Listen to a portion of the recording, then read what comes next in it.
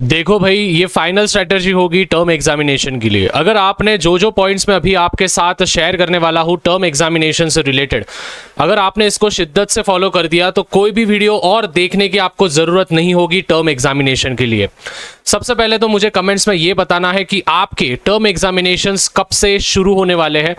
At the same way students, आपका dream percentage क्या है जो आप टर्म एग्जामिनेशन में चाहते हो खुद को प्राप्त करते हुए। मतलब कि अगर कोई होगा तो उसको नीचे कमेंट करना है, भैया मेरे टर्म एग्जामिनेशन 14 अक्टूबर, 15 अक्टूबर, 16 अक्टूबर, जो भी डेट्स होंगी। एट द सेम वे मेरे जो ड्रीम परसेंटेज है वो मैं 80 प्लस जाना चाहता हूँ, 90 प्लस जाना चाहता हूँ, 75 प्लस जाना चाहता हूँ। इस फॉर्मेट में मुझे 200 से ऊपर कमेंट चाहिए, 200 प्लस कमेंट चाहिए, जिससे मुझे भी समझ में आएगा कि मेरे लालाज और लालीज आज का ये टारगेट कंप्लीट करने वाले हैं। देखो स्टूडेंट्स, एक कंप्लीट रोड मैप होगा, 5 पॉइंट्स मैं आप सभी के साथ शेयर करूंगा। अगर ये 5 पॉइंट्स पूरे के पूरे आपने शिद्दत से कर लिए, समझ लिए और इसको रियल लाइफ में एग्जीक्यूट कर लिया तो भाई आपको और कोई स्ट्रैटेजी देखने की जरूरत बिल्कुल भी नहीं होगी। ये मैं डंके की चोट पे कह रहा हूं। इसके बाद का हर एक मिनट आप सभी के लिए एकदम इंपॉर्टेंट होगा। इधर उधर की बिल्कुल भी फालतू बातें नहीं की जाएगी, पॉइंट टू पॉइंट बातें होगी। हम पीछे से शुरुआत करेंगे, मतलब पॉइंट नंबर 5 से हम शुरुआत करेंगे। सबसे पहले तो रियलिटी क्या है। देखो स्टूडेंट्स, टर्म एग्जामिनेशन में और प्रीलिम्स एग्जामिनेशन में मोस्ट ऑफ द टाइम्स हमारे जो परसेंटेज होते हैं वो परसेंटेज डाउन होते हैं। मैं भी जब स्टूडेंट्स मेरे टर्म एग्जामिनेशन दे रहा था 10th स्टैंडर्ड में, 2015 में मैं पास आउट हुआ था और एट द सेम में प्रीलिम्स दे रहा था, तो मेरे भी परसेंटेज कुछ 75 प्लस ऐसे ही आते थे। 75 से 85 के रेंज में ही मेरे परसेंटेज आते थे। प्रीलिम्स में तो हाल इतना बुरा था भाई कि 63-67 परसेंटाइल तक ही आपके भैया पहुंच पाए।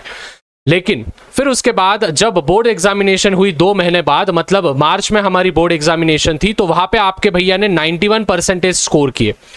मतलब कि स्टूडेंट्स, ऐसा क्या हो गया कि 75 परसेंटेज, 85 परसेंटेज जो बच्चा टर्म एग्जामिनेशन में, प्रीलिम्स एग्जामिनेशन में ले रहा था, वो बोर्ड्स एग्जामिनेशन में, मतलब मैंने 91 परसेंटेज स्कोर कर दिए। उसके पीछे स्टूडेंट्स मैं सोचने लगा और मुझे एक रियलिटी समझ में आई कि भाई टर्म एग्जामिनेशन में बेस्ट ऑफ 5 नहीं होता है। बेस्ट ऑफ 5 नहीं होता है मतलब आपका जो भी परसेंटेज होता है टर्म एग्जामिनेशन में वो आउट ऑफ 600 होता है।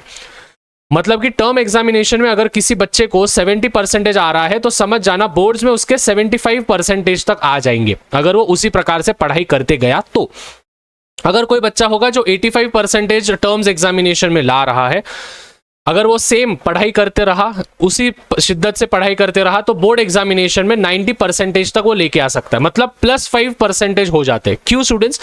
क्योंकि स्टूडेंट्स बोर्ड एग्जामिनेशन में आउट ऑफ 500 होता है, ना कि आउट ऑफ 600 होता है। समझ में आ रहा है? तो इसीलिए स्टूडेंट्स टर्म एग्जामिनेशन में अगर आपके मार्क्स थोड़े से कम भी आए या फिर कोई पेपर हार्ड भी गया तो टेंशन नहीं लेना है। घर वालों को भी समझा देना है कि भाई ये रियलिटी है, भैया ने हमको समझा दिया है कि रियलिटी क्या है। लेकिन मैं ये नहीं चाहूंगा कि आप कम से कम परसेंटेज स्कोर करो। मैं ये चाहूंगा कि आप अगर 70 परसेंटेज यूनिट टेस्ट में लाए हो तो इस टर्म एग्जामिनेशन में 75-80 तक तो भी जाओ, +5 परसेंटेज करते जाओ, जिससे कि हम बोर्ड एग्जामिनेशन तक 90 का आंकड़ा छू सके। उसके बाद do not go for perfection. मतलब मैं मेरे ऑफलाइन के स्टूडेंट्स को भी हमेशा बोलता हूं ये चीज कि भाई परफेक्शन के लिए मत जाओ। एटलीस्ट अगर सपोज फॉर एग्जांपल अगर मैं बोलूं आपको, सपोज साइंस 1 है स्टूडेंट्स आपका, ठीक है। साइंस 1 में मोस्ट ऑफ द स्टूडेंट्स को चैप्टर नंबर 1 से चैप्टर नंबर 5 तक होगा, बरोबर। अभी स्टूडेंट्स क्या करेंगे, ये 5 चैप्टर परफेक्ट करने के लिए जाएंगे। अब ये 5 चैप्टर्स आपको परफेक्ट नहीं करने हैं, मतलब कि नहीं करने in the sense board examination तक तो करने हैं। लेकिन अगर कोई बच्चा होगा जो अभी से प्रिपरेशन स्टार्ट कर रहा होगा तो 5 चैप्टर के लिए न जाते हुए आप क्या कर सकते हो, आप कोई भी 3 चैप्टर्स इन 5 चैप्टर्स में से परफेक्ट करो पहले। मतलब कि साला इन 3 चैप्टर्स में से अगर कोई भी क्वेश्चन पूछे हमारे एग्जामिनेशन में, वो हमको आराम से आ जाना चाहिए। 2 चैप्टर आप स्किप कर दो, कोई दिक्कत नहीं है, टर्म्स में भले ही कम आ जाए लेकिन हमको एक समझ में आएगा कि हमारे 3 चैप्टर्स परफेक्ट हो चुके हैं। तो ये चीजें ध्यान में रखना है। उसके बाद आता है ask for importance from your teachers. आपके सपोज कोई भी रिस्पेक्टिव टीचर्स होंगे आपके स्कूल में, वो टीचर्स जब भी पेपर बनाते हैं तो उसका कोई ना कोई उस पर्टिकुलर चैप्टर का फेवरेट टॉपिक होता है। तो वो जो इंडिविजुअल टीचर होता है वो उस पर्टिकुलर टॉपिक को बार बार डालते हैं, जैसे यूनिट टेस्ट में डाला होगा, फिर प्रीलिम्स में डालेंगे, फिर टर्म्स में डालेंगे, वैसे वाले टॉपिक्स। तो आप क्या कर सकते हो, स्कूल लेवल पे जब भी एग्जामिनेशन होती है तो आप आपके रिस्पेक्टिव टीचर्स को पूछ सकते हो कि मैम या फिर सर, एकदम आराम से पूछना, उनको रिस्पेक्टफुली पूछना कि मैम, सर, हमारा चैप्टर के कंसेप्ट एकदम अच्छे से हो गए, हमने क्वेश्चन आंसर्स एकदम अच्छे से कर लिए, बट स्टिल हमको और हमारी प्रिपरेशन एक नेक्स्ट लेवल पे जाने के लिए क्या आप हमको कुछ इंपॉर्टेंट क्वेश्चंस प्रोवाइड कर सकते हो? भले ही वो 2 क्वेश्चंस प्रोवाइड करो, 4 क्वेश्चंस प्रोवाइड करो, लेकिन क्या आप हमको इंपॉर्टेंट क्वेश्चंस प्रोवाइड कर सकते हो क्या? मतलब उनको क्वेश्चन करना है, रिक्वेस्ट करना है, कमांड नहीं देना है, डायरेक्टली ऑर्डर नहीं देना है कि भाई दे ही मेरे को, नहीं। अगर बाई चांस आपके टीचरों ने नहीं दिया तो भाई टेंशन क्यों ले रहा है? आपके भैया ने इंपॉर्टेंट क्वेश्चन साइंस 1 और साइंस 2 का डाल के रखा है, तो वो वीडियो जरूर जाके देखना। और स्टूडेंट्स, अभी तक आप ये वीडियो देख रहे हो तो 1000 लाइक्स के ऊपर इस वीडियो पे हो जाने चाहिए फटाफट से, और जैसे कि मैंने बोला 200 प्लस कमेंट्स इस वीडियो पे हो जाना चाहिए। तो स्टूडेंट्स 1000 लाइक्स, 200 कमेंट्स मुझे दिखना चाहिए। उसके बाद स्टूडेंट्स जो सेकेंड रूल आता है, मतलब पीछे से अगर हम आए तो 4th रूल हो जाएगा। सबसे मेन होता है स्टूडेंट्स 80-20 रूल, जो कि हर एक टॉपर इस्तेमाल करता है। अभी 80-20 रूल के 2 फॉर्मेट होते हैं, एक आपके सिलेबस का होता है और एक आपका होता है टाइम मैनेजमेंट। अभी टाइम मैनेजमेंट के बारे में भी मैं आपको बताऊंगा, अच्छे से समझना। सबसे पहले 80-20 रूल मतलब क्या? ये सेम रूल 4th वाले रूल से लागू करता है कि don't go for the perfection. मतलब कि क्या स्टूडेंट्स, अगर 10 चैप्टर है साइंस 1 और साइंस 2 के, आप क्या करो स्टूडेंट्स, 80% जो आपका सिलेबस है उसको परफेक्ट करो और जो रिमेनिंग 20% होता है उसको स्किप करो। क्योंकि स्टूडेंट्स हम सभी को पता है कि हमारा जो साइंस 1 का जो पेपर बनेगा वो 60 मार्क का बनता है और हमको उसमें से गिराने होते हैं 40। मतलब ये जो 20 मार्क होते हैं ये विथ ऑप्शंस आते हैं, खाली मार्क्स आते हैं, तो हम उसको 20% में हम उसको काट सकते हैं। सो अगर सपोज आपको टर्म एग्जामिनेशन में 5 चैप्टर होगा तो उन 5 चैप्टर में से स्टूडेंट्स आप बस और बस 4 ही चैप्टर्स करो, या फिर कोई नमूना होगा तो भाई 3 ही चैप्टर्स कर। लेकिन भाई ये 3 चैप्टर्स ऐसे कर कि उस 3 चैप्टर में से अगर कोई भी क्वेश्चन पूछा गया तो तेरे को लिखते आना चाहिए, ठीक है? ऐसा नहीं है कि वो 3 चैप्टर्स तू जो परफेक्ट कर रहा है भाई उसमें से भी तेरे को कुछ नहीं आ रहा है, नहीं।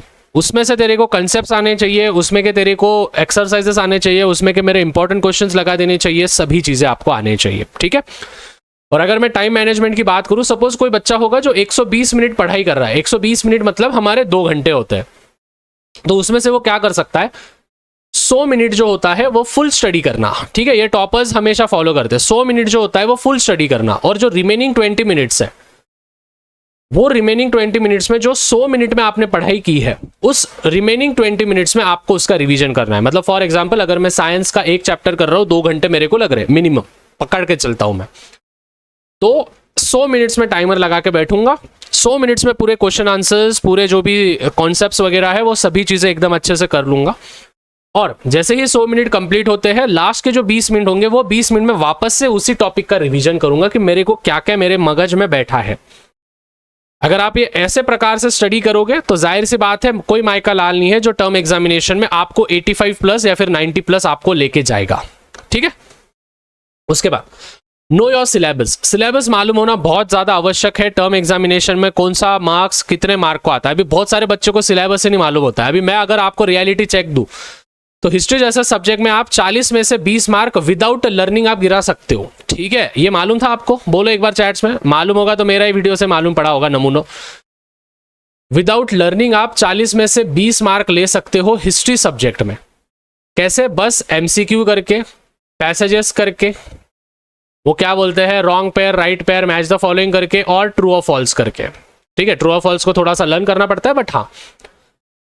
तो अगर आपको आपका सिलेबस मालूम होगा, पैटर्न पेपर मालूम होगा, अगर आपको पैटर्न पेपर नहीं मालूम है तो स्टूडेंट्स जरूर मुझे नीचे कमेंट्स में करना, मैं सभी के पैटर्न पेपर्स भी आपको दे दूंगा, ठीक है?